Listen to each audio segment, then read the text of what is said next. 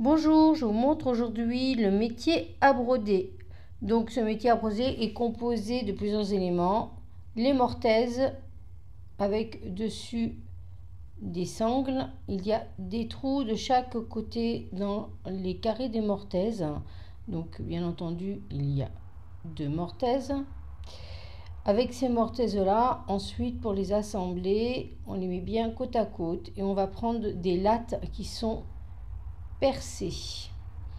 Ces lattes, on va les passer dans les trous des mortaises de chaque côté. Une fois qu'elles ont été passées, on va écarter bien sûr les mortaises et on va mettre dans les trous des lattes, on va y mettre des clous qui sont assez grands et assez gros pour pouvoir après tendre le métier. Donc on pose en premier lieu pas trop tendu, après les mortaises, vu qu'on va poser le tissu. Donc dans un premier temps, on va replier, on va bien ajuster le métier. Et ensuite, on voit à peu près pour que notre tissu il soit à peu près à la bonne longueur. Donc on dispose nos clous en fonction de la grandeur du tissu, sans le tendre pour le moment, vu qu'on va devoir bien entendu le coudre sur les sangles. Bon, alors on va prendre du fil, une aiguille et on va faire le montage du tissu sur les mortaises. Donc au départ on regarde bien que le tissu il tombe bien au milieu, on fait un petit repli du tissu et on va venir le piquer tout le long de la mortaise en faisant attention que le tissu bien entendu soit bien tendu et que le petit repli qu'on a fait soit bien régulier tout le long pour après avoir un tissu droit lorsqu'on va le tendre. On va aller jusqu'au bout dans un sens et une fois arrivé au bout, on va revenir un petit peu en arrière afin de bien bloquer le tissu et le fil. Pas la peine de faire de nœud, vu qu'on revient en arrière, on passe un peu l'aiguille dans la sangle et ça le fait tout seul.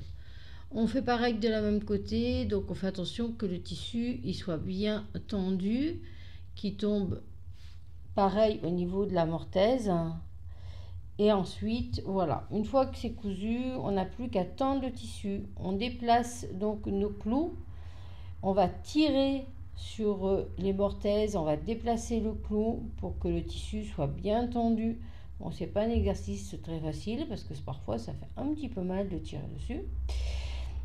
Une fois que on juge que le tissu est assez tendu, on va passer à la suite. Donc voilà, une fois qu'on juge que c'est bon, on va prendre nos sangles. Alors les sangles, là c'est des sangles qui sont assez vieilles, je les avais faites à l'époque avec de la peinture. On va bien épingler les sangles afin de bien pouvoir tendre le tissu. On va le faire d'un côté et ensuite de l'autre. Donc on va prendre la sangle, on va faire un petit repli dessus, on va poser l'épingle en la piquant environ 2-3 fois dans le tissu. On va faire le tour de la latte et on va ramener la sangle bien à plat et on va refaire l'exercice en la tendant bien et on va remettre une épingle. Et on va faire ça jusqu'en bas du tissu. Une fois que nos coutilles sont bien tendues, on va pouvoir remarquer que la toile fait un bruit de tambour lorsqu'on tapote dessus. Bien sûr, pas taper trop fort. Après, à l'époque, j'avais fait des masques, vu que je brodais les masques à la main. J'avais pris donc là 2 masques qui étaient coupés, prêts après à être cousus. J'ai fait un tracé autour.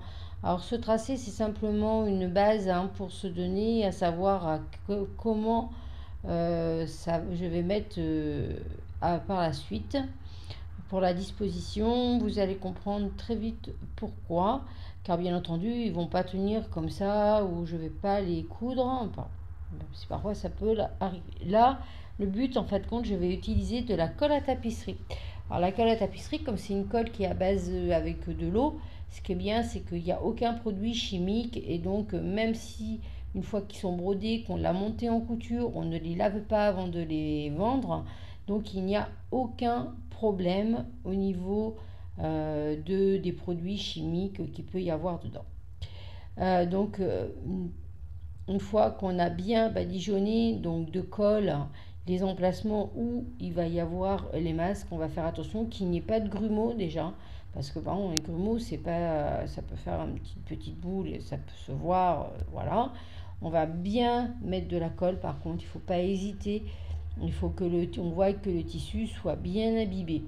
Une fois que c'est fait, comme vous avez pu voir, j'en ai pas mis sur toute la totalité de la toile, tout simplement, car après, faut que ça sèche et c'est pas la peine de gaspiller de la colle non plus. Donc je pose mes masques. Alors attention, il faut que le masque soit bien tendu pour qu'il adhère bien à la colle et qu'il soit bien posé sur le tissu. Alors si on n'en met pas assez, bien entendu quand on va broder, ça risque de se décoller. C'est pour ça que je disais, il faut faire attention à en mettre assez. Par contre, quand on fait la bordure, après pour bien l'adhérence, il faut faire aussi attention à ne pas aller poser de la colle au centre du tissu. Parce que là, si on en pose au centre du tissu, ça peut faire une petite tache blanche. Et comme on ne les lave pas, automatiquement, ça peut se voir. Et là, on est embêté. Donc après, on sera sûrement obligé de le laver. Ça ne m'est jamais arrivé. Une chance pour moi. Alors, une fois qu'on a bien posé ces deux masques, tout simplement, on va les laisser sécher. Alors, ça va, en hiver, ça peut prendre à peu près, on va dire 12 à 24 heures. Et en été, 6 heures.